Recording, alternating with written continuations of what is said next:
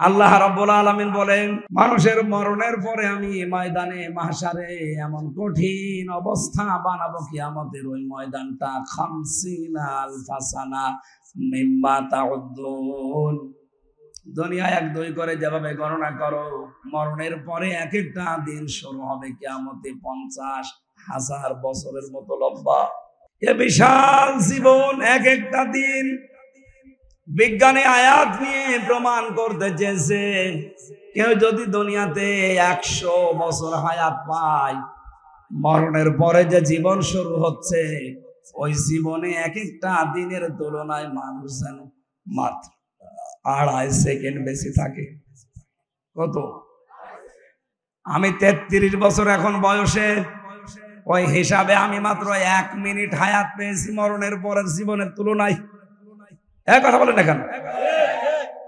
2.5 second যেখানে, তাহলে 33 আরো 33 হিসাবে আমি মাত্র 1 মিনিট কয়েক সেকেন্ড হায়াত পেয়েছি দুনিয়ায়। এর ভেতরে কত স্বপ্ন অলরেডি আমি দেখে ফেলেছি, আরো দেখতেছি।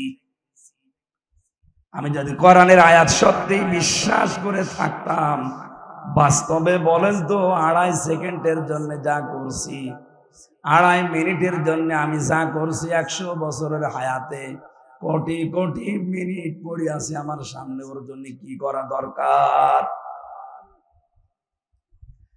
আল্লাহ বলেন, প্রতিটি মানুষের সামনে দিন কিন্তু আমি রেখে দিয়েছি। যুবক মানুষ বৃদ্ধ হয়ে যাবে ওই দৃশ্য দেখলে, মেয়েদের লজ্জাস্থান আর লাগবে না, পেট ফেটে সন্তান বের হয়ে পড়ে যাবে, দুধের বাচ্চার কথা পর্যন্ত মা ভুলে যাবে, মনে রাখতে পারবে না। ওয়ালা ইয়াসালু হামিমুন হামিমা। বন্ধু বন্ধুর কোনো কথা মনে রাখবে না, মনে রাখার মতো হবে না।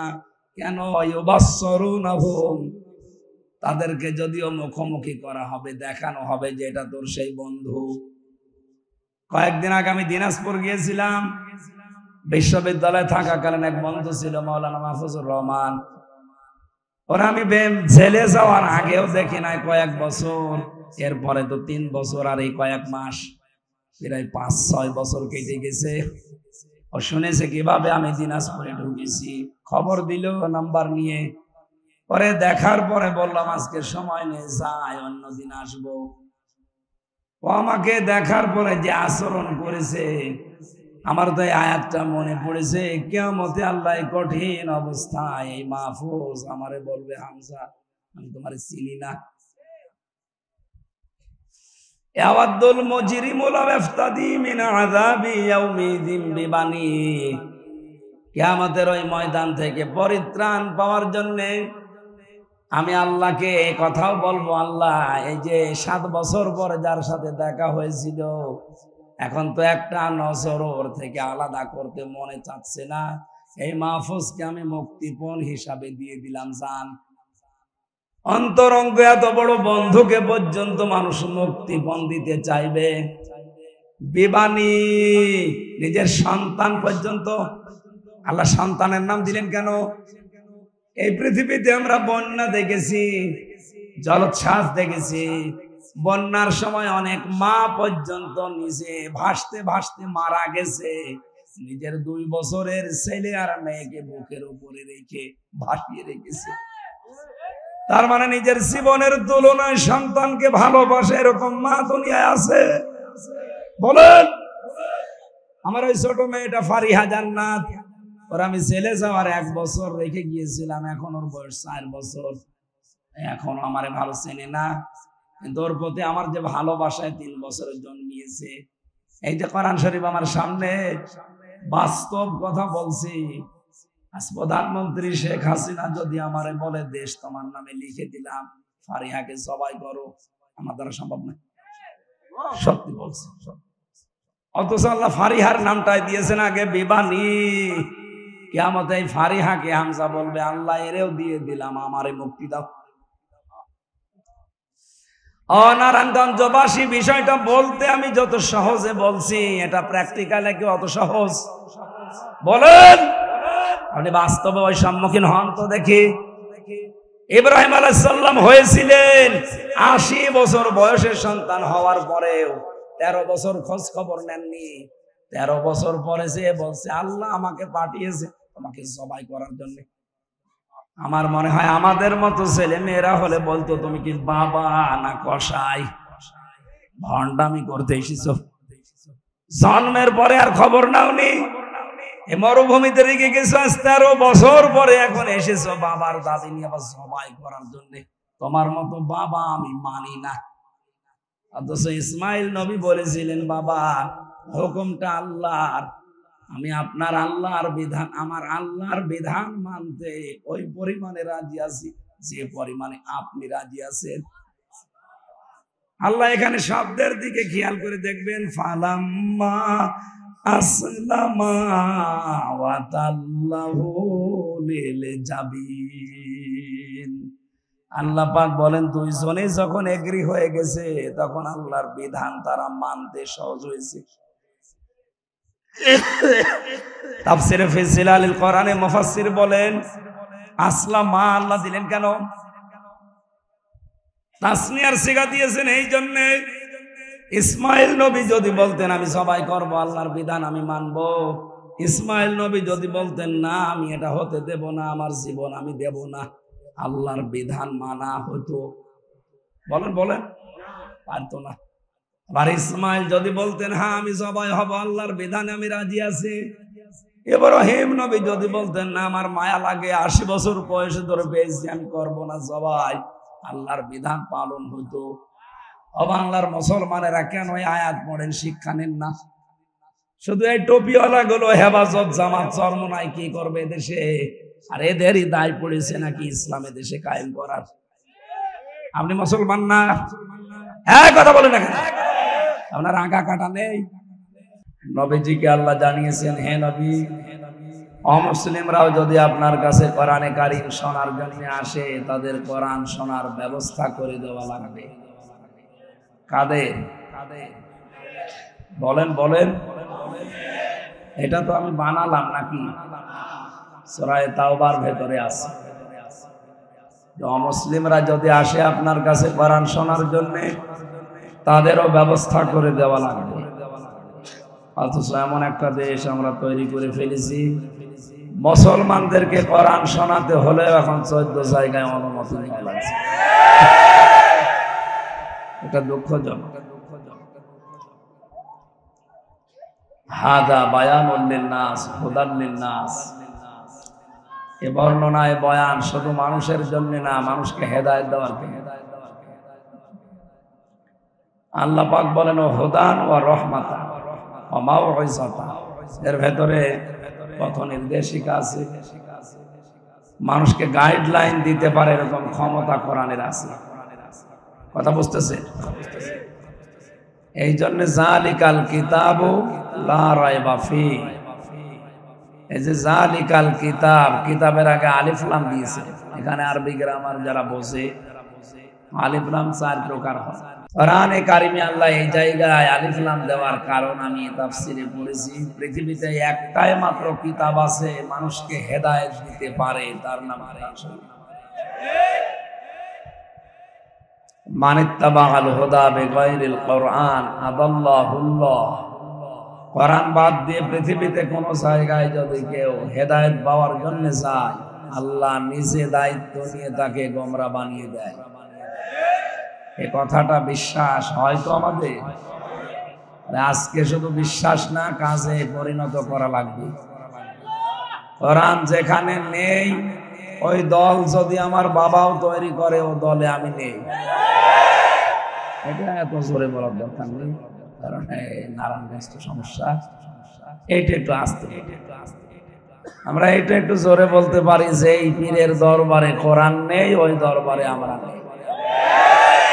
আরো আগেরটা জোরে বললে তো আপনার সমস্যা। ওইটা যদি আপনি সত্যি সামিয়ানার নিচ থেকে বের করে মেনে নিতে পারেন যে কোরআন যেখানে নেই ওই রকম দলে আমি যাব না, এ দেশে কোরআন ছাড়া অন্য কোনো দল থাকার কথা? তাহলে আন্দাজে জোরে বললেন, একটু আস্তে বলতে পারলেন। এই জন্য সেই কথাগুলো দেখবেন আমাদের গায়ে লাগতে পারে, আসতে বলবেন যেন অন্য কেউ না শোনে। আর যেটা বললে সমস্যা সেরকম নেই, কারণ সে দরবারে আজ কোরআন নেই, ওই দরবার থেকেই মানুষকে গোমরা করার কথা আসতেছে। শায়েখ আহমদুল্লাহ বাংলাদেশের একজন 25 আলেমে দ্বীন, সর্বজন শ্রদ্ধাভাজন ব্যক্তিত্ব, সারা বাংলাদেশের দল মত নির্বিশেষে এমনকি অন্য ধর্মের লোকেরাও তাকে পছন্দ করে। কারণ ইন্নাল্লাযীনা আমানু ওয়া আমিলুস সালিহাত সায়াজআলু লাহুমুর রাহমানু ওয়ুদ্দা। ঈমান আনার পরে কেউ যদি সৎ আমল করে,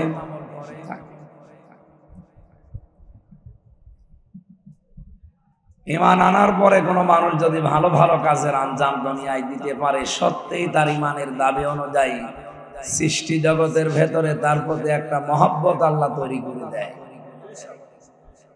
এটা শায়েখ আহমদুল্লাহর প্রতি আমরা অবশ্যই তাকে ভালোবাসি কোরআনের জন্য। কিন্তু ইদানিং কোরআনে কারিমের সবচাইতে বিরুদ্ধে যারা এই দেশে অবস্থান নিয়েছে, তারা আজ এই আলেমের বিপক্ষে উল্টাপাল্টা কথা বলছে। এই জন্য আমরা তাদেরকে থেমে যাওয়ার জন্য বলছি। শায়েখ আহমদুল্লাহর কথার পেছনে যেভাবে দলিল আছে, আমরা 14 গোষ্ঠী মিলে ওই দলিল দিতে পারবে না। সম্মানিত ভাইরা, আমরা আজকের এই হাদিসটা শুধু এই সামিয়ানার নিচে না, এখান থেকে আমাদের সারা বাংলাদেশে মিলাবো। কোরআন যেখানে নেই ওখানে আমরা আর যাব না। মানে যদি আমি ভালো হওয়ার নিয়তেও যাই, ভালো হওয়ার নিয়তেও থাকি যে আমার সমস্যা নেই, তাও আমাকে খারাপ বানিয়ে দেবে কে? হেদায়েত দেওয়ার একচ্ছত্র মালিকান আল্লাহ কোরআনকে দিয়েছে। এই জন্য জালিকাল কিতাব, এই যে কিতাবের আগে আলিফ লাম, এটা আলেমরা বুঝবে, আপনারা সাধারণ মানুষ হয়তো ওইদিকে যাচ্ছেন না। পৃথিবীতে আমরা দেখি শ্বশুরকে মানুষ বাবা বলে না, বলে না? জায়েজ আছে, হারাম না। তো নিজের বাবার সামনে বারবার যদি শ্বশুরকে আব্বা জান বলে, কে নিজের বাবার মনে দুঃখ লাগবে না? আল্লাহ বলেন আমি কোরআন দিয়েছি মানুষকে হেদায়েত দেওয়ার জন্য, আর এইটা বাদ দিয়ে তুই দৌড়াচ্ছিস কোন দিকে? ফাইনা তাযহাবুন ইন হুয়া ইল্লা যিকরুল লিল আলামিন। কোথায় দৌড়াও? এই কোরআন বিশ্ববাসীর জন্য একটা উপদেশ। এটা কি? এই উপদেশ শোনার জন্য আজ আমরা এসেছি, দল মত নির্বিশেষে। এটা কোনো রাজনৈতিক মঞ্চ না, এটা কোরআনের মঞ্চ। এখান থেকে হেদায়েতমূলক কথাগুলো নিয়ে আমাদের প্র্যাকটিক্যাল লাইফে মিলাবো ইনশাআল্লাহ। বিশ্বনবী জানিয়েছেন, ইন্নাল্লাযী লাইসা ফি জাওফিহি শাইউম মিনাল কুরআনি কাল বাইতিল খারিব। যে মানুষের অন্তরে কোরআন নেই, কোরআনের আলো নেই, ওটা মানুষের হৃদয় না, উজাড় গৃহ, শয়তানের ঘর। এ দেশে জরিপ পাই আমরা জানুয়ারি মাসে, আমি কোরআন রিসার্চ ফাউন্ডেশনের সদস্য ছিলাম জেলখানায় যাওয়ার আগে 20 সালে। জরিপ পেয়েছিলাম এই দেশের 100 জনের 95 জন মানুষ কোরআন শরীফ পড়তে পারে না। বলেন তো, নবীর হাদিস অনুযায়ী 100 জনের 95 জন মানুষের অন্তর আছে শয়তানের ঘর হয়ে গেছে। এই জন্য কোরআনে কারিম দিয়ে আমাদের অন্তরকে মানুষের অন্তর বানানো লাগবে। আর আমি এই যাত্রাবাড়ি থেকে পর্যন্ত আসতে যতগুলো কোরআনের মার্কাজ মাদ্রাসা দেখেছি বাংলাদেশে এরকম খুব কম আছে।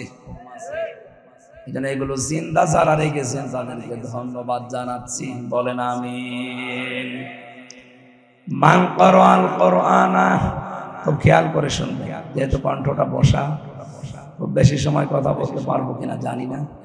আজকের তেলাওয়াত কিন্তু আয়াত একটা, এখান থেকে বাস্তবের সাথে মিলিয়ে তাফসীর আকারে কিছু কথা বলবো ইনশাআল্লাহ। এই সেলাই কথা বলা যাবে না, ওইভাবে দাঁড়িয়ে থাকবে। 1 ঘন্টা মতো ওইভাবে দাঁড়িয়ে থাকবে।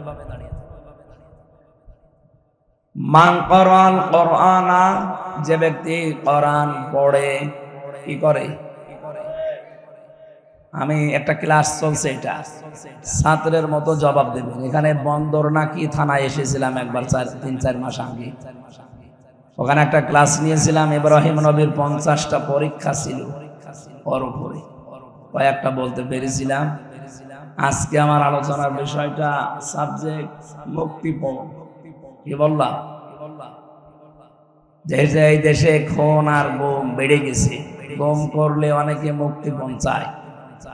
কথা বলছে না কেন? আমি চিন্তা মানুষ, গুম হই না, এমনিতেই ধরে নিয়ে এসে আমার বাবারে বলছে 10 লাখ টাকা দেন, নাই তো বাকি যা করার করব। বাবা ভয়তে 8 লাখ টাকা দিয়ে দিয়েছে। বলেন সুবহানাল্লাহ। আউযুবিল্লাহ। মানে 24 ঘন্টা আমার বাবা জানতো না আমি কোথায় আছি, অথচ বাড়ি থেকে আমার ধরে নিয়ে এসেছে আল্লাহর ওলিরা। বলেন 24 ঘন্টা পরে যদি বাবা 8 লাখ টাকা অলরেডি দিয়ে দেয়, বাকি আরো 224 গেলে ও বাড়ি ঘর বিক্রি করে দিত না? মুক্তিপণটা বড় কঠিন বিষয়। এটা আমরা সামনে কোরআনে আয়াতের সাথে, এটা একেবারে জীবনের সাথে, কিয়ামতের সাথে মিলাবো। আল্লাহ যেভাবে কঠিন ভাবে দিয়েছেন, আমরা ওইভাবে কঠিন ভাবে একটু ডেলিভারি দেবো মাঝে মাঝে। ডোজ একটু কঠিন হলে মেনে নেওয়া যাবে না। আল্লাহ যখন যে ফোর্সে বলে ওই ফোর্সটা দেওয়া লাগবে। কিন্তু যেখানে এলাপতি লাগবে ওখানে হোমোপতি কিয়ামত পর্যন্ত দিলেও দেখা যাচ্ছে শ্বাস। হাদিসের প্রথম শব্দ হচ্ছে যে ব্যক্তি কোরআন পড়ে। কোরআন পড়া বলতে আমরা কি বুঝি? আজকে আমি আসরের নামাজ পড়েছি আপনাদের এই তাহফিজুল কোরআন ইন্টারন্যাশনাল মাদ্রাসায়। এখান থেকে আসর মাগরিব প্রায় ইশার আগ পর্যন্ত ছিলাম। পুরাটা ঘুরে ঘুরে দেখলাম। কোরআনে কারিম পড়ার ব্যাপারে এখানে যে বিষয়গুলো প্রিন্সিপাল সাহেবের সাথে দেখলাম, আল্লাহ তাআলা কোরআনে জানিয়েছেন আল্লাযীনা আতাইনাহুমুল কিতাবা ইয়াতলুনাহু হাক্কা তিলাওয়াতি, যাদেরকে আমি কোরআন দিয়েছি তারা আমার এই কোরআন হক আদায় করে তেলাওয়াত করে। কি আদায় করে? তাফসিরে মুনিরের ভেতরে এসেছে কেউ যদি হক আদায় করে পড়তে চায় কোরআন, 4টা শর্ত তাকে মানা লাগবে। আমি ওখানে 2টা পেয়েছি। কয়টা বলেন? 1 নম্বরে ওয়ারাত্তিলিল কোরআন তারতিলা, কোরআন পড়লে তারতিলের সাথে স্পষ্টভাবে থেমে থেমে পড়বে। ওখানে ওটা আছে। শায়েখ কে ওনার নাম? নেসার আহমেদ, ভালো মানুষ লোকটা। ওনার আচরণ আমার ভালো লেগেছে। ওনার পড়ার স্টাইল যেটা শুদ্ধ, ওইভাবে পড়বে। ইন্টারন্যাশনাল হাফেজগুলো অনেক সারা বিশ্বে মুখ উজ্জ্বল করছে। বাংলাদেশের যারা, তার অন্যতম এই মাদ্রাসাটা। তাই আমরা বলছিলাম ওখানে শুদ্ধ করে কোরআন পড়ানো হচ্ছে, তাসবিহের বিভিন্ন নিয়ম নীতি যেগুলো আছে এই অনুযায়ী। 2 নম্বর, এটা বুঝতে হবে। দেখলাম বোঝার জন্য বিভিন্ন সিস্টেম উনি চালু করেছে, হয়তো কাঙ্ক্ষিত মানের ভাবে না হলেও হচ্ছে, ডেভেলপ হবে আস্তে আস্তে। 3 নম্বরে কোরআনে কারিমের হক হচ্ছে কোরআন নিজে জীবনে আপনি প্র্যাকটিক্যাল লাইফে মিলাবেন। যখন যেটা পড়বেন ওইটা জীবনে মিলানো লাগবে। সূরা নাস আর ফালাকে 11টা আয়াত আছে। কয়টা? হযরতে ওমর যিনি জান্নাতের গ্যারান্টি পেয়েছিলেন দুনিয়ায়, এই লোকটা সূরা নাস আর ফালাক জীবনে সেভ করতে তার সময় লেগেছিল 11 বছর। আমারে আপনি পড়তে দেন, মাত্র 1-1.5 মিনিটে সূরা নাস ফালাক পড়ে আরো সময় বাকি থাকবে। আমার মনে হয় হযরত ওমর আমার মতো পড়তে পারতো না। হ্যাঁ, ওনার 11 বছর লেগেছে কেন? উনি যখনই পড়েছেন কুল আউযু বিরাব্বিন নাস, হে নবী আপনি বলেন আমি আশ্রয় চাই মানুষের রবের কাছে। কার কাছে? বলেন রব কি? না, রব আল্লাহ কোন জায়গায় আছে? রব মানে আল্লাহ। রবের 19টা অর্থ আছে। প্রধানত তার প্রথম অর্থ রব মানে লালন পালনকারী, চাওয়ার আগে যিনি আমাদের চাহিদা পূরণ করে লালন পালন করেন তার নাম রব। নেই থেকে শুরু করে আস্তে আস্তে পূর্ণতায় যিনি পৌঁছিয়ে দেন, আরবিতে তাকে বলে রব। তাকে কি বলে? আমি নেই ছিলাম, কি ছিলাম? আমার মনে হয় এখন আমার 33 বছর বয়স। 34 বছর আগে হামজা নামে আমার নাম এই দুনিয়ায় ছিল না, ছিল না। হালাতা আলাল ইনসানি হাইনুম মিনাদ দাহরি লাম ইয়াকুন শাইয়াম মাযকুরা। মানুষের জীবনে কি এমন সময় যায়নি যখন সে উল্লেখ করার মতো কিছু ছিল না? সে সময়টা আমার জীবনে 34 বছর আগে। কয় বছর? বাবার স্ফলিঙ্গ দিয়ে দ্রুত গতিতে 1 ফোঁটা নাপাক পানি বের হয়। বিজ্ঞান প্রমাণ করছে 1 ফোঁটার ভেতরে 40,000 হামজা বানানোর ক্ষমতা আল্লাহর থাকে। ফালিয়ানজুরিল ইনসানু মিম্মা খুলিকা মিন মাইন দাফিকিন ইয়াখরুজু মিন বাইনিস সালবি ওয়াত তারাইব। মানুষ কি নজর করে দেখে না কি জিনিস দিয়ে তাকে আমি বানালাম? বাবার এই নাপাক পানিটা মায়ের রেহেমের ভেতরে যাবার পর 40 দিন 40 দিন 40 দিন 40 দিন এভাবে পাল্টাতে থাকে। এই পানিটা দিয়ে আমি আল্লাহ 4টা জিনিস তৈরি করি: চুল, রগ, হাড় আর পর্দা। মায়ের রেহেমের ভেতরে যে নাপাক পানিটা ছিল এইটা দিয়ে আরো 4টা জিনিস আমি বানাই: রক্ত, গোশত, চর্বি আর চামড়া। 4 4 8টা জিনিস যখন এক হয়, বিজ্ঞান এখন প্রমাণ করছে মানুষকে তৈরি করে পৃথিবীতে আনতে কমপক্ষে 13টা জিনিস লাগে। কয়টা? আপনার মার বাবা মিলে দিয়েছিল কয়টা? 8টা। বাকি আছে, বলেন বলেন। কোরআনে কারীম জানিয়েছে ওয়াজআলা লাকুমুস সামআ ওয়াল আবসারা ওয়াল আফইদা ইলা আখিরি আয়াত। সূরা নাহাল 14 নম্বর পারার 14 নম্বর পৃষ্ঠার 14 নম্বর লাইনের 78 নম্বর আয়াতের শেষের দিকে আছে। তাফসিরে ফি জিলালিল কোরআনে পাবেন। আল্লাহ পাক বলেন, আমি আল্লাহ নিজের এই রব নামের কারণে তোকে শ্রবণ শক্তি, দর্শন শক্তি, বাক শক্তি, আকেল শক্তি আর ঘ্রাণ শক্তি, এই 5টা জিনিস আমি আল্লাহ দয়া করে দান করি। হামজা একটাও যদি তোরে কম দিতাম দুনিয়ায় আসতে ঠিক, কিন্তু অপূর্ণাঙ্গ হয়ে। যদি বাক শক্তি না দিতাম বোবা হয়ে আসতে। বাবা মানুষ নেই, মাত্র 2 দিন আমি কথা বলতে পারি নাই। আমি বহু চেষ্টা করেছি কিন্তু কথা আমার বের হয় না। রংপুরে ছিলাম 2-3 দিন। এলাকার গরিব মানুষ তো, ফ্যান দিতে পারে না আপনাদের মতো। দিনের বেলায় মাহফিল ছিল, গা ঘেমে ঘাম গায়ে বসে গলা বসে গেছে। আজকে ধনী এলাকায় এসেছি তো এর জন্য অসুবিধা। ওখানে থাকার পর 2 দিন গলায় এমন বসা বসেছিল, চিকিৎসা যত রকমের আছে যে যা বলেছে তাই খেয়েছে না। কণ্ঠ কার হাতে? খলাকল ইনসান আল্লামাহুল বায়ান। মানুষ আমি বানিয়েছি আর কথা বলা আমি শিখিয়েছি।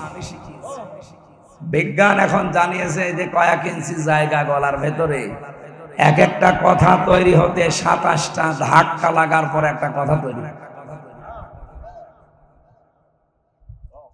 আর কোরআন আর হাদিস জানিয়েছে প্রত্যেকটি জায়গায় এক একজন করে ফেরেশতা বসে আছে। এই স্তরে স্তরে ফেরেশতারা এর কাছ থেকে ওর কাছে, ওর কাছ থেকে ওর কাছে নিয়ে নিয়ে 27 নাম্বার স্তরে দেওয়ার পর একটা কথা তৈরি হয়ে এই মুখ দিয়ে বের হচ্ছে। আল্লাহ মনে হয় ফেরেশতাদেরকে বলেছিল, হামজাকে এই দায়িত্ব পালন করার দরকার নেই, তোরা একটু রেস্টে থাক। আমার যে কি অবস্থা ছিল এই 2 দিনে। বাংলাদেশ থেকে বিদেশ থেকে যত মোবাইল এসেছে সারাদিন এরে দিয়ে ধরিয়েছি। আরে রাতের বেলা বের হয় না যতটুকু না পারলে না, এভাবে কথা বলি। গতকালকের মাহফিলটা বন্ধ করে দিয়েছিলাম, হয়নি, কণ্ঠে পারেনি। এর আগের দিন টাঙ্গাইলে খুব কষ্ট করে ঘন্টাখানি কথা বলেছিলাম, আর আজকে একটু হালকা হালকা বের হচ্ছে। আল্লাহ যদি বাক শক্তিটা না দিত, 2 দিনে আমার যা মনে হচ্ছে কি হয়তো আপনি টের পাচ্ছেন না। তাই দর্শন শক্তি আল্লাহ দিয়েছেন দয়া করে। এই পাশের জেলা কুমিল্লা, 17 সালে একটা মাহফিলে আমি খাবার খাচ্ছিলাম এক অন্ধের পাশে বসে, হঠাৎ বিদ্যুৎ চলে গেল। আমরা চিল্লা পাল্লা করছি, লোকটা আমার হাত চেপে ধরে বলছে, হুজুর মাত্র 2 মিনিট কারেন্ট চলে গেছে, আপনারা চিল্লাচ্ছেন। অথচ 40 বছর আমার জীবনে কারেন্ট নেই। কই আমি তো চিল্লালাম না, আমি ছোটবেলায় দেখতে পেতাম। এরপরে একটা অসুখ হওয়ার পরে আমি অসুস্থ হয়ে আমার চোখ 2টাই হারিয়েছি।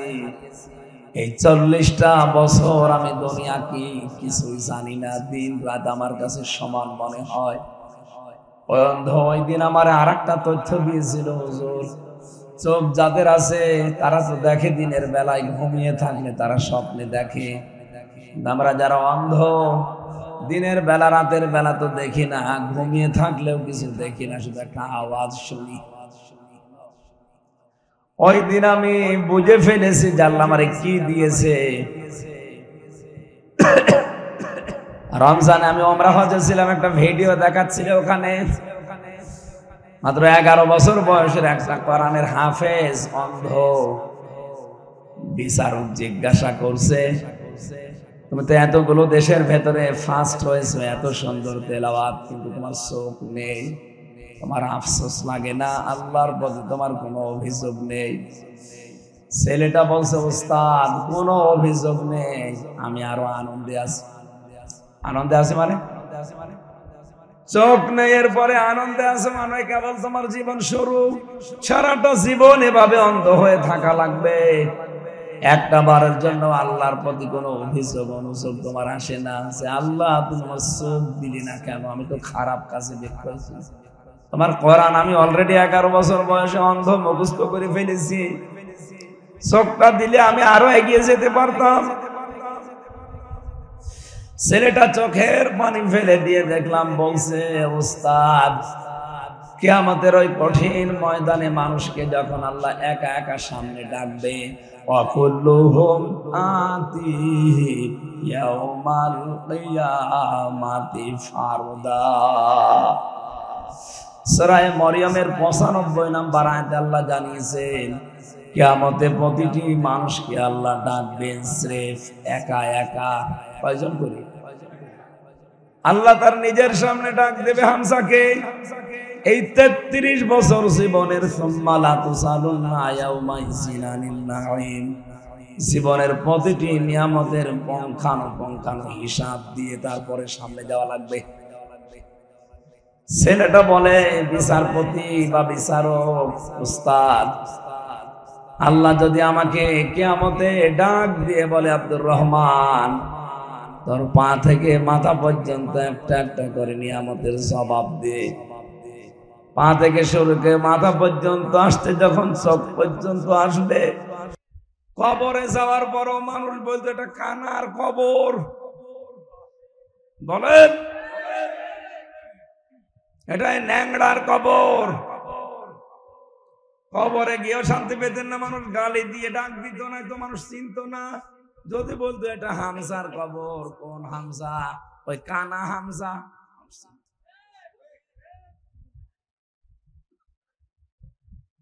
8-5-13টা জিনিস যখন এক হয়, ফেরেশতারা তখন বলে, রব্বুল আলামিন এর কি বানাবো এবার বলেন, এর আকৃতি কি দেব?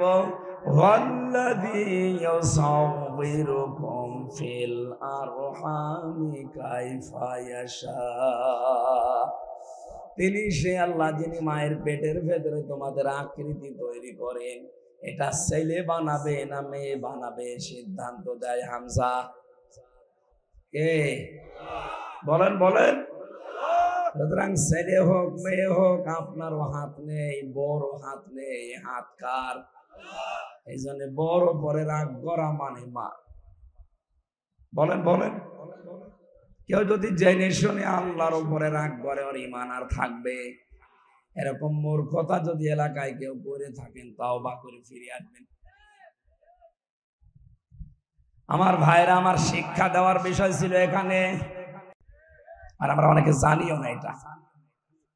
বসে বসে উনি তেলাওয়াত করছে সকালবেলা ফজরের পর, ওয়ালা ইয়াহুদ্দু আলা তাআমিল মিসকিন। আল্লাহ পাক বলেন, মিসকিনকে যারা খাবার দেয় না, খাবার দেওয়ার জন্য উৎসাহ দেয় না মানুষকে, এই মানুষগুলো আর যাই করুক কিয়ামতে বিশ্বাস করে না। অথচ উনি পড়ছিল, তেলাওয়াত করছিল, আর আইতাল্লাযী ইউকাযযিবু বিদ্দিন। হে নবী, আপনি কি দেখেছেন ওই মানুষগুলো যারা কিয়ামত বিশ্বাস করে না? নবীজি বলেন, কই, আমার কাছে যারা আসে এরা তো সবই মনে হয় কিয়ামতে বিশ্বাসী। আল্লাহ পাক বলেন না, ফাযালিকাল্লাযী ইয়াদুল ইয়াতীম। যারা এতিমের গলায় ধাক্কা দেয়, মিসকিনদেরকে খাবারের ব্যবস্থা করে না। ও কোরআন পড়ছে আয়াত, একজন অসহায় মানুষ, ভিক্ষুক, ফকির, একজন মিসকিন এতিম এসে একটু সাহায্য চেয়েছে, কোরআন শরীফ পড়া বন্ধ করে সামর্থ্য অনুযায়ী তাকে কিছু দেওয়ার দরকার ছিল। কথা বলেন। তাহলে এইটা হয়তো 3 নাম্বার শর্ত, এটা বাস্তব জীবনে আমল। 4 নাম্বারটা বড় পড়া কঠিন। কেউ যদি বলে আমি কোরআন পড়ি, তাহলে তাকে শুদ্ধ করে পড়া লাগবে, অর্থ বোঝা লাগবে, ওটা প্র্যাকটিক্যাল লাইফে মানা লাগবে। 4 নাম্বারে ওটা যেন মানুষ মানতে পারে, এই ব্যবস্থা করে দেওয়া লাগবে। এদেশে ওই সিস্টেম আছে? ওইটাই তো চেয়েছিলাম, যে শুধু নিজে শুদ্ধ করে পড়বো না, শুধু নিজে বসবো না, নিজেই মেনে নেব না, আমি মানুষকে মানাতে চাই। এরকম একটা ব্যবস্থা, এরকম একটা পরিবেশ তৈরি করতে চাই। এই কারণে 3 বছর ছেলে আমি। কোন কারণে আপনি ছেলে আমারে রাখলেন বলেন? আমি কি আপনার মেয়ের দিকে তাকিয়েছিলাম? বলেন। এই গল্প বন্ধ করেন না কেন? কোরআন পড়ার যে 4টা শর্ত বললাম, আমি সহ যারাই আছি, আল্লাহ আমাদেরকে আমাদের প্র্যাকটিক্যাল লাইফে এই 4টা শর্ত মেনে কোরআন হক আদায় করে পড়ার তৌফিক দিন। দ্বিতীয় শব্দ কি? ফাস্তাজহারাহু। যে ব্যক্তি কোরআনকে ইজহার করে, ইজহার মানে না, এজহারের 99টা অর্থ আছে। এজহার মানে স্পষ্ট করা, এজহার মানে দাঁড় করানো, এজহার মানে বিজয় করা, এজহার মানে কায়েম করা, এজহার মানে প্রকাশ করা, এজহার মানে জানানো। তার মানে কোরআন যে পড়ে শর্ত আদায় করে, হক আদায় করে, আর কোরআনকে দাঁড় করানোর জন্য, বিজয়ী করার জন্য যারা দুনিয়ায় চেষ্টা চালাবে, এরকম মানুষ তো এখন দেশে বেশি নেই। আর এই কথা বললে অনেকে রাজনীতি মনে করে মন খারাপ করে। কোরআন বিজয় করা লাগবে, কোরআন কায়েম করা লাগবে, প্রতিষ্ঠিত করা লাগবে। কথা শোনার পরে যদি কারো কাছে রাজনীতি মনে হয়, এইটাই রাজনীতি। যদি কারো মন খারাপ হয়, কসম করে বলছি, ওর পেছনের আমল আল্লাহ সব নষ্ট করে দিয়েছে। এটা তো আমি বানিয়ে বললাম। সূরা মুহাম্মদ 9 নম্বর আয়াত, যালিকা বিআন্নাহুম কারিহু মা আনজালাল্লাহু ফাআহবাতা আমালাহুম। আল্লাহ কোরআনে যা নাযিল করেছেন মানে না এমন না। যদি কেউ কোনো বিধান শোনার পরে মন খারাপ করে, সঙ্গে সঙ্গে ফাআহবাতা আমালাহুম, ওর পেছনের সব ভালো কাজ আল্লাহ নষ্ট করে দেয়।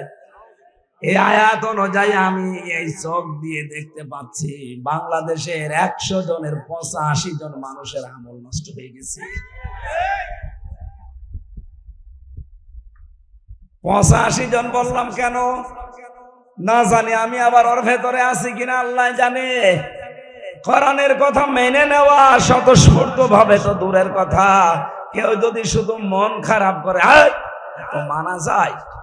আপনার পেছনের সব কাজ আল্লাহ ধ্বংস করে দিয়েছে। এই হিসাবে বলেন তো এ দেশে এরকম মানুষ নেই কেন? কোরআনে সার করার জন্য বললেন বলেন।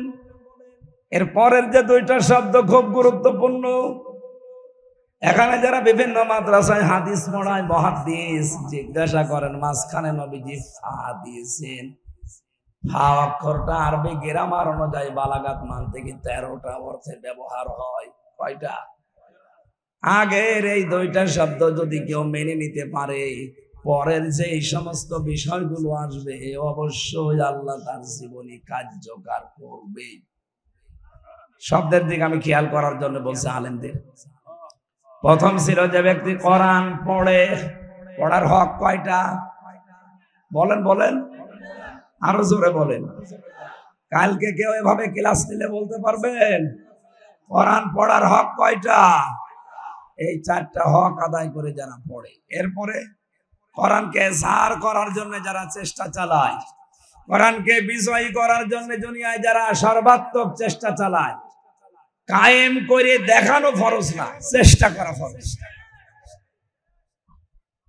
তাহলে ফাহাল্লা হালালাহু ওয়া হারামা হারামাহু, এর ভেতরে বর্ণিত হালালকে হালাল আর হারামকে হারাম জানার পরে ছেড়ে দেয়। কেন আল্লাহর নবী ফা দিয়ে আবার শুরু করলেন? কারণ কোরআন যদি বিজয়ী থাকে ওই সমাজে হালালকে হালাল জেনে মেনে নেওয়া সহজ হয়।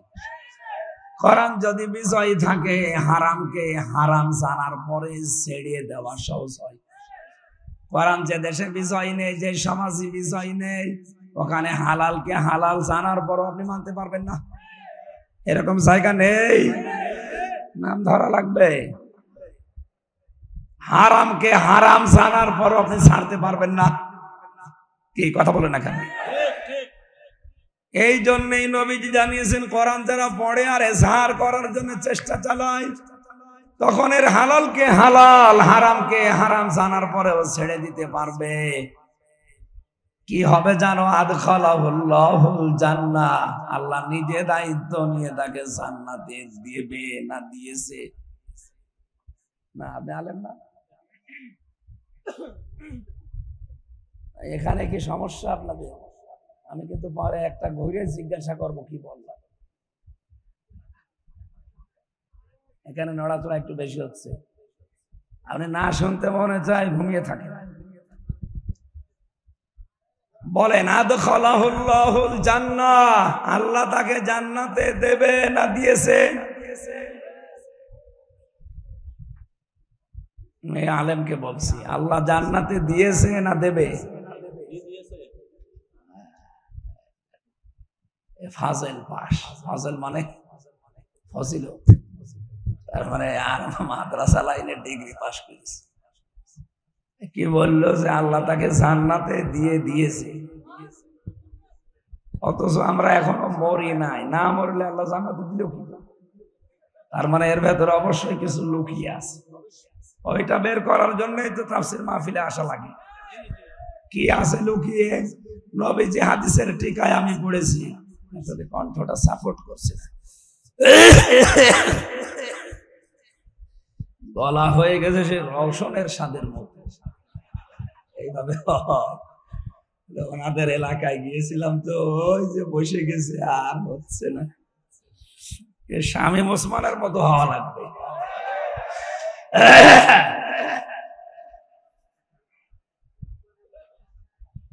কি বলছিলাম বলেন তো? কেউ যদি কোরআন পড়ে আর কোরআনকে বিজয়ী করার জন্য চেষ্টা চালায়, তাহলে সে হালালকে হালাল হারামকে হারাম জেনে মেনে নিতে পারবে। নবী জীবনের এরকম পরিবেশ যদি তৈরি করতে পারো, তুমি মনে করবা যে একটা জান্নাতে আছে। আদখালাহুল্লাহুল জান্নাহ, আল্লাহ তাকে জান্নাতে দেবে না দিয়ে দিয়েছে, এটা মাঝে ছিলা। সুতরাং এরকম পরিবেশ যদি আমরা তৈরি করতে পারি, সত্যিই বিশ্বাস করে একটা মিনি জান্নাতে দেশ তৈরি হয়ে যাবে। সেটাকে মনে করতে পারছি। আজ দাড়িওয়ালা এরকম 10টা মানুষকে আপনি দাওয়াত দিয়ে ঘরে খাওয়াবেন, ওদিকে 10 জন থানায় খবর দেবে, ওখানে গোপন মিটিং চলছে, কি জান্নাতে আসি। এজন্য আদখালাহুল্লাহুল জান্নাহ মিলছে না। আরো বিভিন্ন কিরমান কাতিবিন বিভিন্ন জায়গায় বসে আছে, তো এই জন্য আমি আর নিচে নামতে পারলাম না। আমি আজকে এমনি কোর্টে হাজিরা দিয়ে আসলাম। বিচারক যেভাবে তাকাচ্ছিল, না জানি আজকে আবার যদি আটকিয়ে দিত, তাফসীর করা আকাশে চুল খেত। থাক, আমি নিচে নামছি না, আমি তেল তালা ওয়াজ করছি। ঠিক আছে, অবশ্যই ঠিক আছে, আপনি রাজি থাকলে আমার অসুবিধা নেই। সুবহানাল্লাহ, আলহামদুলিল্লাহ, লা ইলাহা ইল্লাল্লাহ, সুবহানাল্লাহ, আলহামদুলিল্লাহ, লা ইলাহা ইল্লাল্লাহ, লা ইলাহা ইল্লাল্লাহ, মুহাম্মাদুর রাসূলুল্লাহ। সম্মানিত ভাইরা, হাদিসের ব্যাখ্যার ওয়াশাফাআহু ফি আশারাতিন মিন আহলি বাইতিহি কুল্লুহুম ক্বাদ ওয়াজাবাত লাহুন নার, শেষ পর্যন্ত আমার দরকার নেই। আমি যতটুকু বোঝানোর চেষ্টায় ছিলাম, আমি আশা করি এ পর্যন্ত বুঝে ফেলেছি। কোরআন আমাদের হক আদায় করে পড়া লাগবে আজকে থেকে। যদি এ বয়সেও না পারেন, মরণের আগ পর্যন্ত টার্গেট নেন। আজরাইল না আসার পর্যন্ত আমি তালবে ইলম থাকবো। কারণ তালবে ইলম অবস্থায় যদি আলিফ বা তাসা পড়তে পড়তেও মারা যান, আপনার কবরে আর কোনো হিসাব নেই, বিনা হিসাবে জান্নাত পেয়ে যাবেন। এই সুযোগটা কাজে লাগানো যাবে না। যে জরিপ পাওয়া যায় 100 জনের 95 জন আমরা পড়তে পারি না, এই জরিপ আমরা আগামী বছর উল্টিয়ে ফেলবো ইনশাআল্লাহ। ওরা উল্টিয়ে 100 জনের 100 জনই আমরা যারা জনে কোরআন পড়তে পারি। তা আনাকুম জানাকুম না, হক আদায় করে এই 4টা শর্ত মেনে বলেন। তাহলে যে যতটুকু পড়বে শুদ্ধ করে বুঝবে, নিজে আমল করবে আর মানুষের কাছে পৌঁছাবে, এই দেশে কোরআনে কারীম প্রচারে আর কেউ বাধা দেওয়ার সাহস করবে না। কারণ আমরা 96 ভাগ, বাধা দেবে কে? 2 নম্বরে, যেখানে আসি ওই জায়গা থেকে কোরআন যেন প্রকাশ হয়, প্রচার হয়, এজাহার হয়, দাঁড় হয়, কায়েম হয়, বিজয় হয়। চেষ্টা চালিয়ে যাব, বাকি ফল আল্লাহর হাতে। কারণ এই কোরআনের মালিক আমি না, এই জমিনের মালিকও আমি না। এই কোরআনের মালিকও আল্লাহ, জমিনের মালিকও আল্লাহ। আমরা শুধু কামলা, শ্রম দিয়ে যাব, শেষে বেতন পাবো। আল্লাহ এই বেতনটা যেন আমাদের জান্নাত, এটা দান করেন। তাহলে মিনি জান্নাতে দুনিয়া থেকে আমরা দেখে যেতে পারবো ইনশাআল্লাহ। দরুদ আর সালাম পাঠ করে কোরআনে কারিমের একটা আয়াত পড়েছি মাত্র, সূরা মাআরিজ থেকে 11 নম্বর আয়াত। আমার আলোচনার বিষয় আজকে মুক্তিপণ। কি বললাম? এত কঠিন বিষয় এটা। দুনিয়ার হিসাবে তো আছেই, মরণের পরে আল্লাহ একটা বিষয় সাজিয়েছে।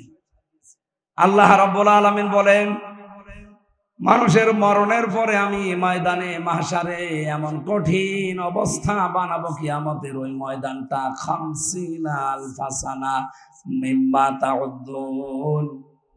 দুনিয়া 1 2 করে যেভাবে গণনা করো, মরণের পরে এক একটা দিন শুরু হবে কিয়ামতে 50,000 বছরের মতো লম্বা। এ বিশাল জীবন, এক একটা দিন। বিজ্ঞানী আয়াত নিয়ে প্রমাণ করতে চেয়েছে, কেউ যদি দুনিয়াতে 100 বছর হায়াত পায়, মরণের পরে যে জীবন শুরু হচ্ছে, ওই জীবনে এক একটা দিনের তুলনায় মানুষ যেন মাত্র 2.5 সেকেন্ড বেশি থাকে। কত? আমি 33 বছর এখন বয়সে, ওই হিসাবে আমি মাত্র 1 মিনিট হায়াত পেয়েছি মরণের পরের জীবনের তুলনায়। কথা বলেন এখন, 2.5 সেকেন্ড যেখানে, তাহলে 33 আরো 33 হিসাবে আমি মাত্র 1 মিনিট কয়েক সেকেন্ড হায়াত পেয়েছি দুনিয়ায়। এর ভেতরে কত স্বপ্ন অলরেডি আমি দেখে ফেলেছি, আরো দেখতেছি। আমি যদি কোরআনের আয়াত সত্যি বিশ্বাস করে থাকতাম, বাস্তবে বলেন তো 2.5 সেকেন্ডের জন্য যা করছি, 2.5 মিনিটের জন্য আমি যা করছি 100 বছরের হায়াতে কোটি কোটি মিনিট পড়ে আছে আমার সামনে, ওর জন্য কি করা দরকার? আল্লাহ বলেন প্রতিটি মানুষের সামনে দিন কিন্তু আমি রেখে দিয়েছি। যুবক মানুষ বৃদ্ধ হয়ে যাবে ওই দৃশ্য দেখলে, মেয়েদের লজ্জা স্থান আর লাগবে না, পেট ফেটে সন্তান বের হয়ে পড়ে যাবে, দুধের বাচ্চার কথা পর্যন্ত মা ভুলে যাবে, মনে রাখতে পারবে না। ওয়ালা ইয়াসালু হামিমুন হামিমা, বন্ধু বন্ধুর কোনো কথা মনে রাখবে না, মনে রাখার মতো হবে না। কেন? ইউবাসসিরুনাহুম, তাদেরকে যদিও মুখোমুখি করা হবে, দেখানো হবে যে এটা তোর সেই বন্ধু। কয়েকদিন আগে আমি দিনাজপুর গিয়েছিলাম, বিশ্ববিদ্যালয়ে থাকাকালীন এক বন্ধু ছিল মাওলানা মাহফুজুর রহমান। ওরা আমি জেলে যাওয়ার আগেও দেখি নাই কয়েক বছর, এরপরে তো 3 বছর আর এই কয়েক মাস, প্রায় 5-6 বছর কেটে গেছে। ও শুনেছে কিভাবে আমি দিনাজপুরে ঢুকেছি, খবর দিল নাম্বার নিয়ে। পরে দেখার পরে বললাম আজকে সময় নেই, যাই অন্যদিন আসবো। ও আমাকে দেখার পরে যে আচরণ করেছে, আমার তো এই আয়াতটা মনে পড়েছে, কিয়ামতে আল্লাহ কঠিন অবস্থায় এই মাহফুজ আমারে বলবে, হামজা আমি তোমারে চিনি না। ইয়াওয়াদুল মুজরিমু লাউ ইফতাদি মিন আযাবি ইয়াউমিযিন বিবানি, কিয়ামতের ওই ময়দান থেকে পরিত্রাণ পাওয়ার জন্য আমি আল্লাহকে এই কথাও বলবো, আল্লাহ এই যে 7 বছর পরে যার সাথে দেখা হয়েছিল, এখন তো একটা নজর ওর থেকে আলাদা করতে মনে চাচ্ছে না, এই মাহফুজকে আমি মুক্তিপণ হিসাবে দিয়ে দিলাম জান। অন্তরঙ্গ এত বড় বন্ধুকে পর্যন্ত মানুষ মুক্তিপণ দিতে চাইবে, বিবানী নিজের সন্তান পর্যন্ত। আল্লাহ সন্তানের নাম দিলেন কেন? এই পৃথিবীতে আমরা বন্যা দেখেছি, জলোচ্ছ্বাস দেখেছি, বন্যার সময় অনেক মা পর্যন্ত নিজে ভাসতে ভাসতে মারা গেছে, নিজের 2 বছরের ছেলে আর মেয়েকে বুকের উপরে রেখে ভাসিয়ে রেখেছে। তার মানে নিজের জীবনের তুলনায় সন্তানকে ভালোবাসে এরকম মা দুনিয়ায় আছে? বলেন। আমার ওই ছোট মেয়েটা ফারিহা জান্নাত, ওর আমি ছেলে যাওয়ার 1 বছর রেখে গিয়েছিলাম, এখন ওর বয়স 4 বছর, এখনো আমারে ভালো চেনে না, কিন্তু ওর প্রতি আমার যে ভালোবাসায় 3 বছরে জন্মিয়েছে। এই যে কোরআন শরীফ আমার সামনে, বাস্তব কথা বলছি। আজ প্রধানমন্ত্রী শেখ হাসিনা যদি আমারে বলে দেশ তোমার নামে লিখে দিলাম, ফারিহাকে জবাই করো, আমার দ্বারা সম্ভব না। সত্যি বলছি। অথচ আল্লাহ ফারিহার নামটাই দিয়েছেন আগে বিবানী। কিয়ামতে এই ফারিহাকে হামজা বলবে, আল্লাহ এরেও দিয়ে দিলাম, আমারে মুক্তি দাও। নারায়ণগঞ্জবাসী বিষয়টা বলতে আমি যত সহজে বলছি, এটা প্র্যাকটিক্যালে কি অত সহজ? বলেন। আপনি বাস্তবে ওই সম্মুখীন হন তো দেখি। ইব্রাহিম আলাইহিস সালাম হয়েছিলেন 80 বছর বয়সের সন্তান হওয়ার পরেও 13 বছর খোঁজ খবর নেননি। 13 বছর পরে সে বলছে, আল্লাহ আমাকে পাঠিয়েছে তোমাকে জবাই করার জন্য। আমার মনে হয় আমাদের মতো ছেলে মেয়েরা হলে বলতো, তুমি কি বাবা না কসাই, ভণ্ডামি করতে এসেছো? জন্মের পরে আর খবর নাওনি, এই মরুভূমিতে রেখে গেছো, 13 বছর পরে এখন এসেছো বাবার দাবি নিয়ে আবার জবাই করার জন্য। তোমার মতো বাবা আমি মানি না। অথচ ইসমাইল নবী বলেছিলেন, বাবা হুকুমটা আল্লাহর, আমি আপনার আল্লাহর বিধান, আমার আল্লাহর বিধান মানতে ওই পরিমাণে রাজি আছি যে পরিমাণে আপনি রাজি আছেন। আল্লাহ এখানে শব্দের দিকে খেয়াল করে দেখবেন, ফালাম্মা আসলামা ওয়া তাল্লাহু লিল জাবিন। আল্লাহ পাক বলেন, 2 জনে যখন এগ্রি হয়ে গেছে, তখন আল্লাহর বিধান তারা মানতে সহজ হয়েছে। তাফসিরে ফি জিলালিল কোরআনে মুফাসসির বলেন, আসলামা আল্লাহ দিলেন কেন? তাসনিয়ার সিগা দিয়েছেন এই জন্য, ইসমাইল নবী যদি বলতেন আমি সবাই করব, আল্লাহর বিধান আমি মানব, ইসমাইল নবী যদি বলতেন না আমি এটা হতে দেব না, আমার জীবন আমি দেব না, আল্লাহর বিধান মানা হতো? বলেন বলেন, পারতো না। আবার ইসমাইল যদি বলতেন হ্যাঁ আমি জবাই হব, আল্লাহর বিধানে আমি রাজি আছি। ইব্রাহিম নবী যদি বলতেন না আমার মায়া লাগে, 80 বছর বয়সে ধরে পেয়েছি আমি করব না জবাই, আল্লাহর বিধান পালন হতো। ও বাংলার মুসলমানেরা কেন এই আয়াত পড়েন, শিক্ষা নেন না? শুধু এই টুপিওয়ালা গুলো হেফাজত জামাত চরমনাই কি করবে দেশে? আর এদেরই দায় পড়েছে নাকি ইসলামে দেশে কায়েম করার? আপনি মুসলমান না? হ্যাঁ কথা বলেন না কেন? আপনার আগা কাটা নেই না? অনেকের কাটা নেই, এই যে এটার কাটা নেই, এই ওটো এর কাটা নেই। এরকম কয়েকটা আছে, বাকি তো সবই কাটা আছে। অন্তত আপনি টুপি তো মাথায় দিয়ে আছেন। এখন আমরা আজ যারা দেশের দায়িত্বে আছি 1734 জন মানুষ, প্রধানমন্ত্রী শেখ হাসিনা থেকে শুরু করে আপনাদের এলাকার উপজেলা চেয়ারম্যান পর্যন্ত, এই মানুষগুলো যতদিন পর্যন্ত ইব্রাহিম আলাইহিস সালামের ভূমিকায় অবতীর্ণ না হবে, 16 কোটি জনগণ আমরা যারা, তারা যদি ইসমাইল নবীর ভূমিকায় এগিয়ে না আসি, কিয়ামতের আগে দেশে ইসলাম কায়েম হবে।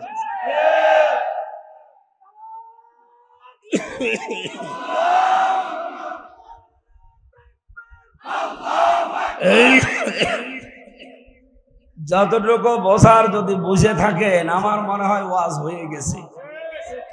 আমরা আহ্বান যারা যারা দায়িত্বে আছেন, আপনারা ইব্রাহিম নবীর ভূমিকায় আসেন।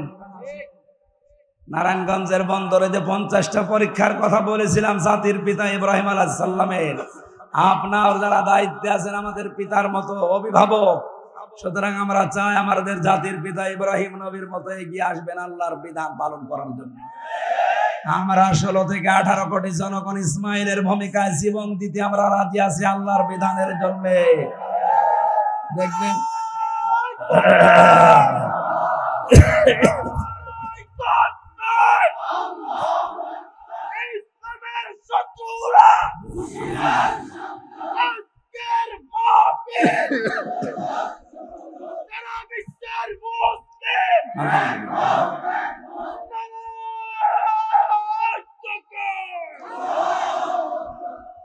ইসলামের শত্রু নেই এদেশে, 4 ভাগ অন্যান্য লোক আছে, 96 ভাগ আমরা। সুতরাং আমাদের ওই চিন্তা নেই, ও শত্রুতা করেও কিছু করতে পারবে না। বহু চেষ্টা চালাচ্ছে, এখনো পর্যন্ত ষড়যন্ত্র বন্ধ নেই। বিভিন্ন রকমের সূক্ষ্ম ষড়যন্ত্র চলছে। না আপনি পারবেন না, আপনাকে আমি কোরআন সামনে নিয়ে আল্লাহর দিকে তাকিয়ে বিশাল জনসমুদ্র সামনে নিয়ে গ্যারান্টি দিচ্ছি, এদেশে এখনো যারা ষড়যন্ত্রে আছেন থামেন, পারবেন না। যা যা ষড়যন্ত্র করছেন ওখানে থেমে যান, কিয়ামতের আগে দেশ থেকে ইসলাম বিদায় করা সম্ভব না। যত চেষ্টা চালাচ্ছে তত বেড়ে যাচ্ছে। কি করেছেন আমারে 3 বছর আটকিয়ে, আগে 20,000 মানুষ হতো, এখন 50,000 হচ্ছে। হবে না এভাবে, এই সিস্টেম বাদ দেন, আদর্শ নিয়ে আসেন। আমরা এসেছি রাসূলের আদর্শ নিয়ে, পৃথিবীর কোন আদর্শ এখানে আর হবে না, এই জায়গায় সব জিরো। বলেন, এই জন্য আমাদের উচিত হচ্ছে আমরা সবচাইতে আপন যেটাকে বলি সন্তান, আমার ফারিহাকে পর্যন্ত যদি কিয়ামতে আমি দিতে চাই, তা আর কে বাকি থাকে? আল্লাহ এরপরও আরেকজনের নাম দিয়েছে। আল্লাহ পাক বলেন ওয়াসাহিবাতিহি ওয়া আখি, মানুষ কিয়ামতে তার বউকে পর্যন্ত মুক্তিপণ দিতে চাইবে। কাকে? বলেন বলেন, এমনকি তার ভাইকে,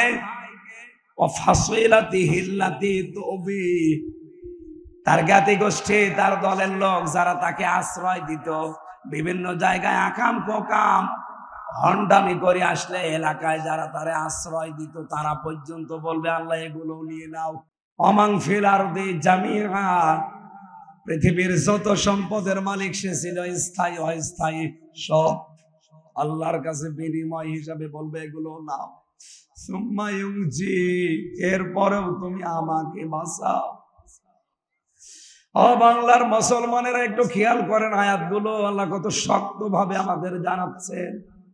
এই কথাগুলো বলতে বলতে আল্লাহ হঠাৎ করে আলোচনার ধরনটা পাল্টিয়ে ফেলেছেন।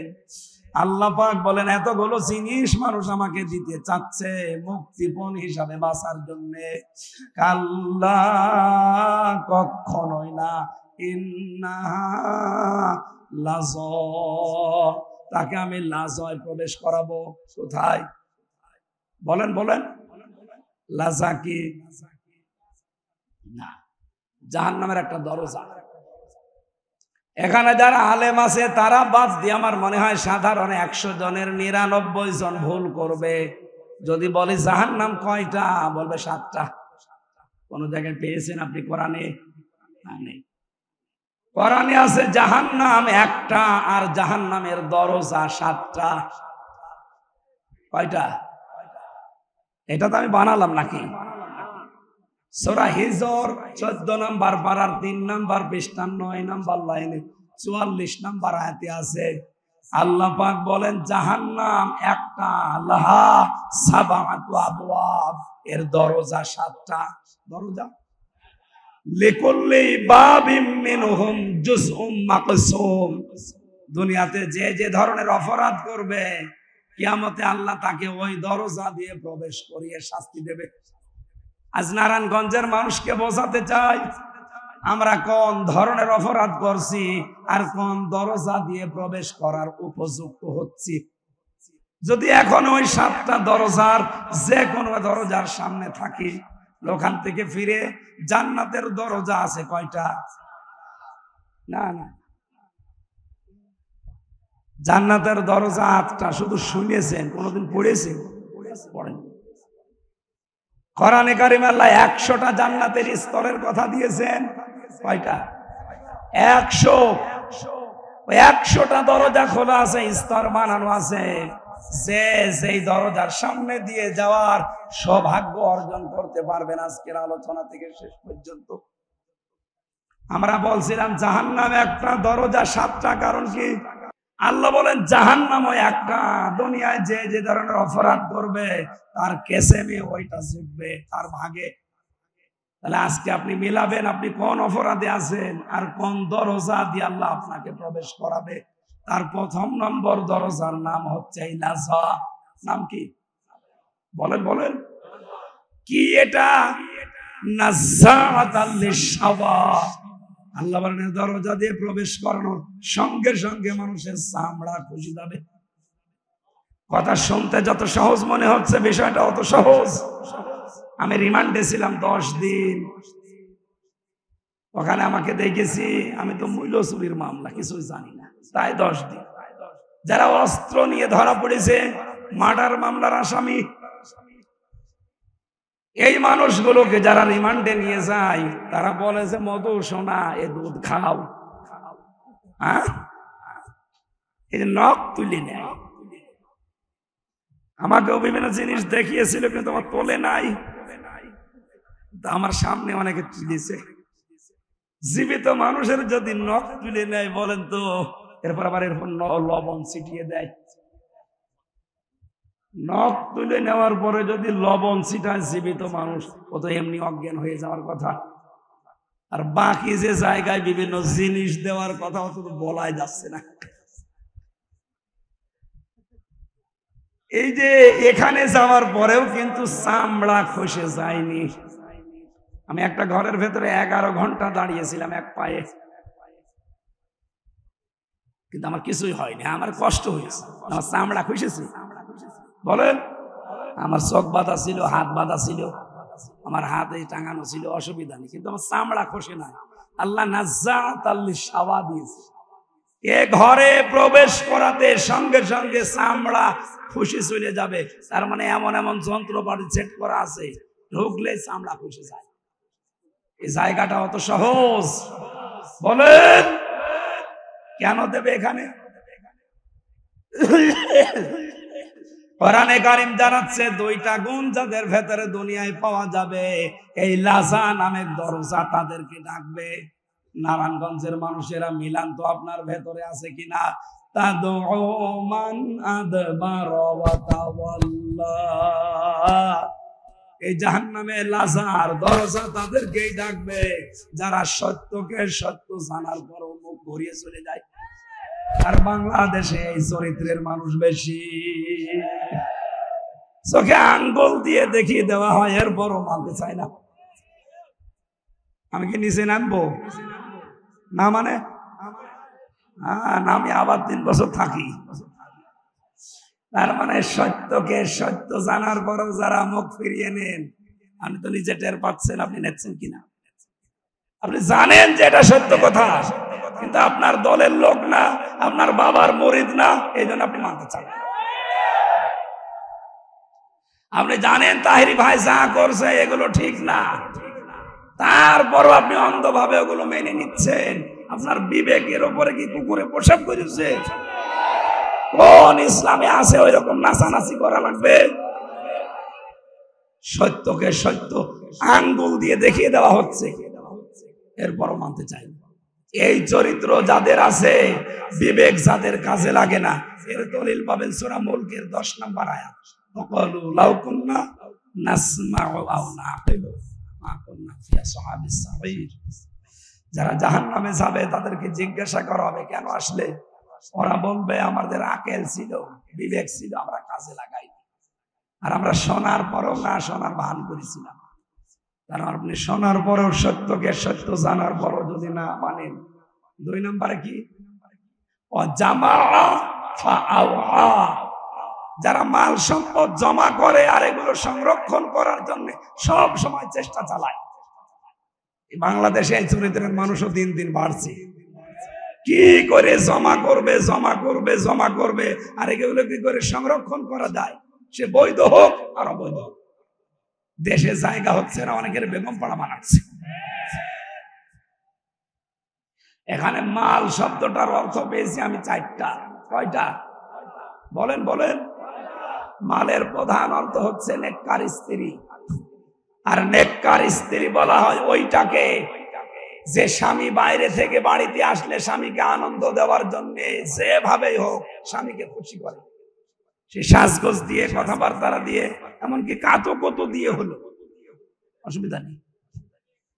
সম্মানিত মা বোনেরা, স্বামী বাইরে থেকে আসলে যদি ওকে খুশি করার জন্য আপনি দাঁত বের করেন হাসতেছে, যেই কয়টা দাঁত বের হবে ওই কয়টা নফল নামাজের সওয়াব হবে। এবার সুবহানাল্লাহ জোরে বলার দরকার নেই, বাড়ি যেয়ে দেখবেন দাঁত বেরিয়ে পড়ে আছে, ও আর বন্ধ হচ্ছে না। কেন? হুজুর বলল যেই কয়টা দাঁত দেখবা ওই কয়টা নফল হতে সওয়াব, যা আছে সব বের করে দিন। না, আপনাকে স্বামী অনেক বড় জিনিস, খুশি করার চেষ্টা করবে। এখানে প্রশ্ন আসতে পারে মা বোনদের, ওই যে 2 জন মহিলা দাঁড়িয়ে আছে, ওরা যদি বলে হুজুরে ওয়াজ থামান, ওই এমন জল্লাদের সাথে বিয়ে হয়েছে, শাহজাহান জল্লাদ, ও জীবনে কোনোদিন একটু পাউডারও কিনে দেয় না, আমি মাখবো কি? এরকম জল্লাদ নেই দেশে। না, স্ত্রীর জন্য যদি সাজগোজের জন্য খরচ করেন, এটা আবার রেকর্ড করছে, এখনই ম্যাডাম শুনবে, লাইভ চলছে। আমার মনে হয় এই হাদিস না বলাই ভালো হবে না। যদিও আমি এই উমরা থেকে আসার সময় ওর মেকআপ বক্স নিয়ে এসেছি, সুতরাং আমার বলা অসুবিধা নেই।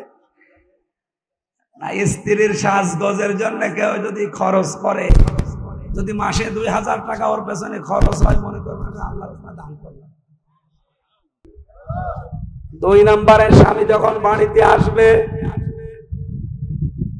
তার যে সম্পদ এবং তার সন্তান, এটা যেন ইসলামের পথে থাকে, এই চেষ্টা করবেন ও যখন বাইরে যাবে। 3 নম্বরে, স্বামীর মন যেটা চায় ওটা যদি জায়েজ হয়, আবার বলছি, স্বামীর মন যেটা চায় ওটা যদি জায়েজ হয়, জীবন থাকতে মানা লাগবে।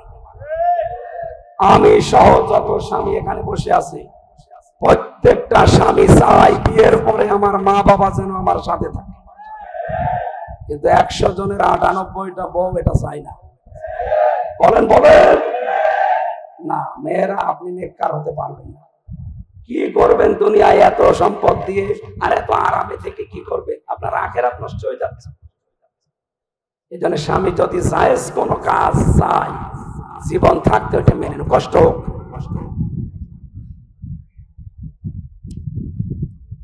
চার নম্বরে নিজের ইজ্জতের হেফাজত করা লাগবে মেয়েদের।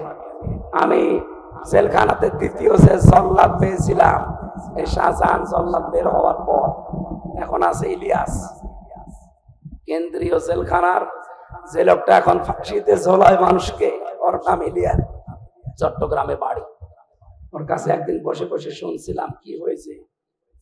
17 বছর ছিলাম সৌদি আরবে, দেশে আসার পরে বিয়ে করেছি 11 বছর। বিয়ে করার পরে শুধু ওর সাথে আর মা আর বোনের সাথে মিল নেই, কিছু দিলেই খালি রাখবো, এই বর আর মন পাই না। শেষ পর্যন্ত ছাতা মারার জন্য না একটা থাপ্পড় মেরেছি, মানে এমন একটা জায়গায় লেগেছে ছাতা মারা গেছে। এখন আমার এই যে যাবজ্জীবন জেল ফাঁসি ছিল, এখন আমার 30 বছর জেল। একটা মানুষকে ফাঁসি দিলে আমি 4 মাস জেল থেকে মুক্তি পাই। সেই হিসাবে যদি 20টা ফাঁসি দিতে পারি আর 15-20 বছর জেল খাটতে পারি, তাহলে বাকিগুলো মাফ হয়ে যাবে। বলেন, ওর যদি এখনো 22 বছর জেল খাটা লাগে আর ওদিকে 17 বছর, ওর জীবনে আছে কি? অথচ খুব বড় কাজ করে জীবনটা শেষ করলো এই স্বামী স্ত্রীর দ্বন্দ্ব নিয়ে। সামান্য একটা দ্বন্দ্ব, ও মা বাবাকে বোনকে একটু খরচ দিত, ওই মেয়ে লোক সহ্য করতে পারত। সম্মানিত মা বোনেরা, না আপনি নেককার হতে পারবেন না শুধু নামাজ পড়ে রোজা করে আর কালো বোরকা পরে মনে করছেন আমি তো আল্লাহর ওলি ফাতেমা হয়ে গেছি, হবে না। আল্লাহ মেয়েদেরকে এই 4টা গুণ অর্জন করার তৌফিক দিন। জান্নাতের 8টা দরজা তাদের জন্য খোলা। নবীজি কিয়ামতে বলবে যে আছে জান্নাত দিয়ে বারিশ চলে যাবে। আল্লাহ মেয়েদেরকে 4টা গুণ অর্জন করে নেককার স্ত্রী, পৃথিবীর শ্রেষ্ঠ সম্পদ মাল, এটা হওয়ার তৌফিক দিন। 2 নম্বর, মাল মানে ক্ষমতার চেয়ার। 3 নম্বরে মাল মানে অস্ত্র শস্ত্র। 4 নম্বরে মাল মানে সম্পদাদি। এই 4টা বিষয় যারা জমা করছেন, এই মনে করবেন যে এগুলো আমার পরীক্ষার বস্তু, এগুলো একটা আমার হাতে থাকার বিষয় না, এগুলো আমি জমা করে সংরক্ষণ করার বিষয় না, এগুলো সব আমার আখিরাত কামাই করার মাধ্যম। আল্লাহ আমাদেরকে তৌফিক দিন, বলেন আমিন। স্ত্রীর সাথে ভালো ব্যবহার করব আমি এই কারণে, কারণ এর দ্বারা আমার যেন আখিরাত তৈরি হয়। কথা বুঝতেছে? নাই তো আমার এই লোকের মেয়ের সাথে ভালো ব্যবহার করা কোন দরকার, আমি করছি এই কারণে, এর সাথে ভালো ব্যবহার করলে আমার জান্নাত তৈরি হবে। আল্লাহ আমাদেরকে কোরআনে কারীম সহজ সরল ভাষায় বোঝার তৌফিক দাও।